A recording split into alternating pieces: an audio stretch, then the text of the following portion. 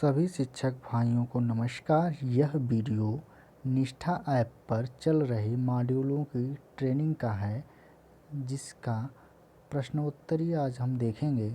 आज का विषय है विज्ञान का शिक्षा शास्त्र और यह मॉड्यूल 12 है, जिसका अंतिम तारीख है 15 दिसंबर। चलिए समय को व्यतीत न करते हुए वीडियो को शुरू करते हैं। पहला प्रश्न है, शिक्षक ने शिक्षार्थियों को हर्बल उद्यान में अपनी ऊंचाई का उपयोग करते हुए पौधों की तुलनात्मक लंबाई मापकर तथा धागे का उपयोग करते हुए और पौधे के तने की सतह को छूते हुए मोटाई मापकर डेटा का संग्रह करने के लिए एक गतिविधि शामिल करते हैं। चलिए इसका सही जवाब जान लीजिए आप लोग। दूसरा है, पहला तीनों सब सही है, पहला भी सही है, दूसरा भी, तीसरा भी। अगला प्रश्न है कि शिक्षक ने छात्रों को नोटबुक में अपनी पसंद के पौधों के स्केच बनाने और उसे रंगने, चित्र लेने और कोलाज बनाने के लिए एक गतिविधि में शामिल किया।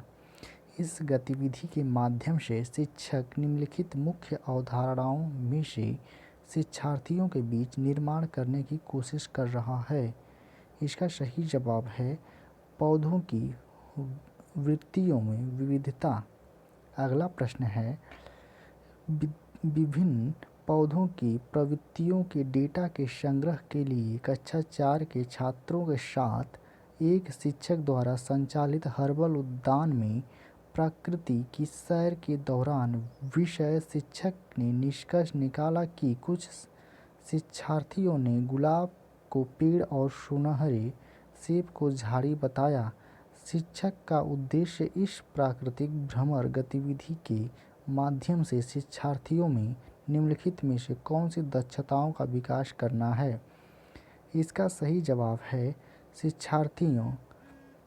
शिक्षार्थी पौधों को उनकी प्रवृत्तियों के आधार पर वर्गीकृत करने में सक्षम होंगे। अगला प्रश्न है, आप नीचे दी गई गतिविधि छात्रों के समक्ष प्रदर्शित कर रहे हैं। प्याज को काटकर पानी में मिला दिया। अब यह जल धनात्मक लिटमस परीक्षण दिखाएगा। इसके कारण अध्ययन करते हैं। इसका सही जवाब है अम्ल उस विलयन में बनता है जो नीले लिटमस को लाल कर देती हैं। अगला प्रश्न है, छात्रों से कहा जाता है कि प्रोटीन से बने विभिन्न रेशों के बारे में जानकारी एकत्र करें। निम्न में से किसके बारे में वे जानकारी एकत्र करेंगे। इसका सही जवाब है रेशम के बारे में। अगला प्रश्न है, कक्षा में घोल के बारे में चर्चा करते हुए आप एक विद्यार्थी को पानी में किसी पदार्थ को डालने के लिए आमंत्रित करते हैं। पदार्थ की निश्चित मात्रा को जोड़ने के बाद वह पात्र के नीचे दिखाई देने लगता है। आप छात्रों से कौन से निष्कर्ष की अपेक्षा करते हैं। इसका सही जवाब है घोल संतृप्त हो जाएगा। अगला प्रश्न है, आप छात्रों को यह महसूस करने में मदद करना चाहते हैं कि सभी ध्वनियाँ मनुष्य के लिए श्रव्य नहीं हैं। आपकी राय में इसकी सबसे प्रभावी कार्यनीति क्या हो सकती है। इसका सही जवाब है परियोजना।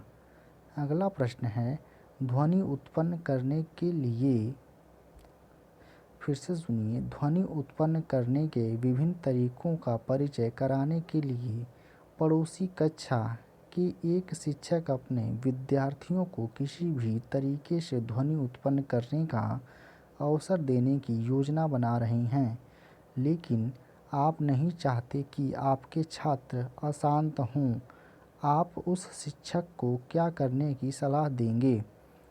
इसका सही जवाब है विद्यार्थियों को गतिविधि करने के लिए सभी कक्षाओं से दूर खेल के मैदान में ले जाएं। अगला प्रश्न है, मीरा आपकी कक्षा में एक दृष्टिबाधित छात्रा है। निम्नलिखित में से कौन सा दृष्टिकोण आप उसका समावेश सभी गतिविधियों में सुनिश्चित करने के लिए अपनाएंगे। इसका सही जवाब है सभी दृष्टिकोणों का सम्मिश्रण। अगला प्रश्न है, भारत में स्कूली शिक्षा के किस चरण में विज्ञान को एक अलग विषय शास्त्र के रूप में शुरू किया जाता है? इसका सही जवाब है उच्च प्राथमिक। अब इसको हम सबमिट करेंगे और हमारा 100% जवाब सही है। चलिए, धन्यवाद।